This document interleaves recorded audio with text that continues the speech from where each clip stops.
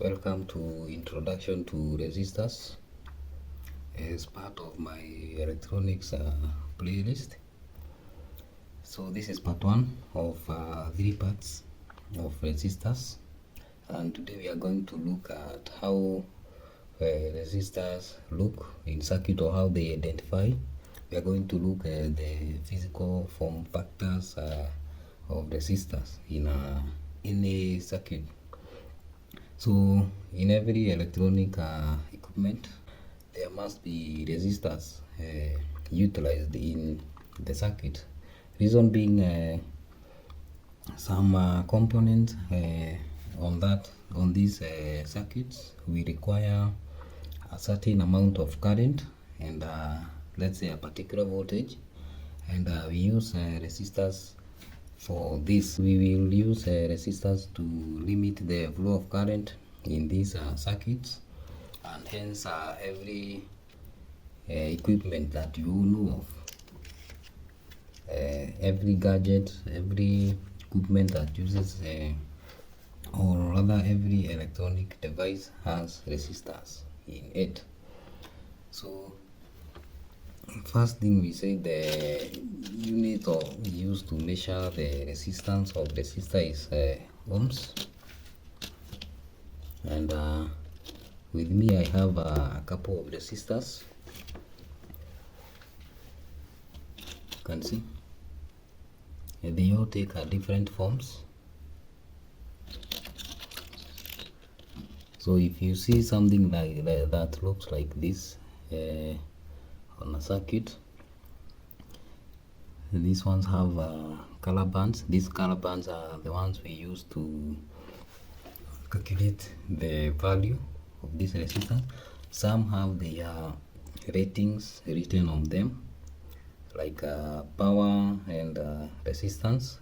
Like this one is 5 watts, 0.25 ohm. So if you take a board like this, you can see these big resistors, and they usually have marking,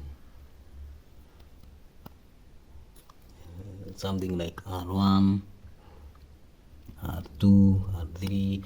The R symbol on a circuit board denotes resistors. There are also some tiny ones. They also take this physical form surface mount components. If you look at a board like this, you will be able to see some small components. The board are one, and they have a value written to them on their surface. This value you'll be able to calculate the actual resistance of this resistor using this value.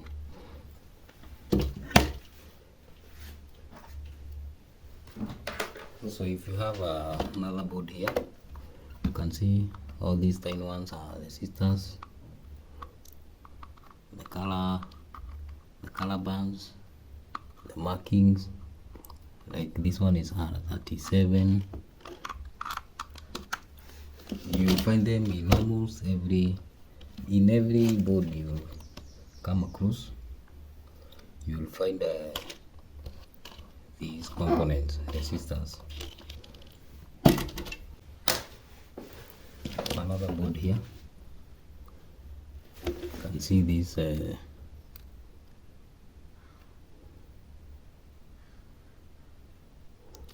tiny ones marked R. These are just resistors. This is how they almost look. They take these forms.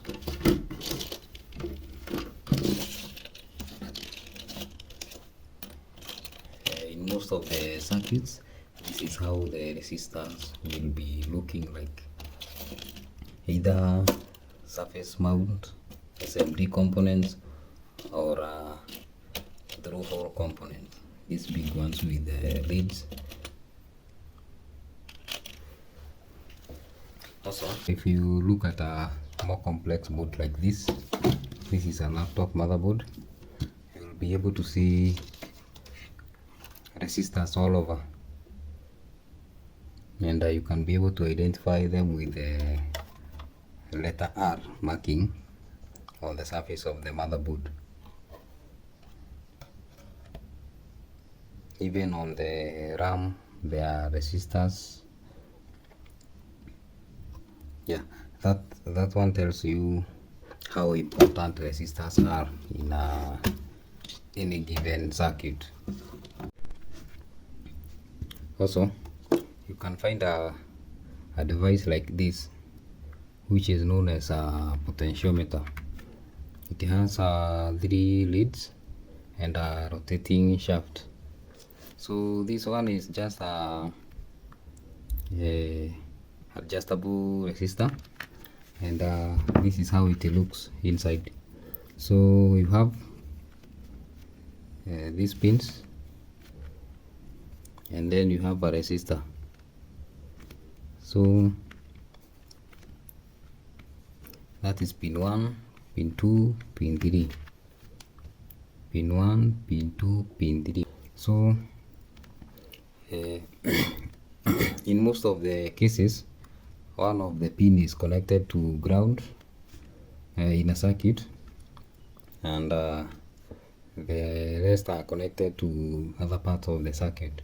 So pin 2 is usually connected to this shaft, and if you connect these 2 pins,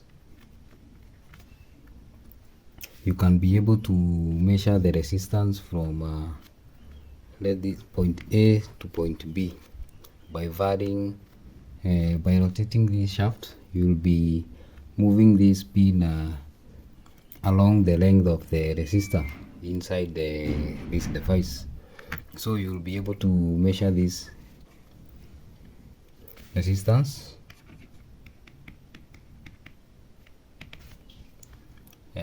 You will be able to vary the resistance by moving pin 2 along the length of the resistor. So it's known as a potentiometer. You usually find these ones on radios, home theater systems. They are the ones you use to regulate the volume by just increasing the resistance of the device. So that's how easy it is to identify resistors in any circuit. It is in most cases they are labeled, and that one makes your job very easy to identify them. So in the next part, we are going to see how you can be able to tell the value, reading the value of resistors, calculating the values using a chart, and these color bands. Also, we are going to see how you can measure the value of a resistor while it's in the circuit or out of the circuit using a multimeter. On the other part, the last part, we are going to look at how you can use the resistors in a circuit, and maybe you can also see how they fail. They are common failure mode of the resistors while in a circuit. So I will end it at that, and let's see part 2.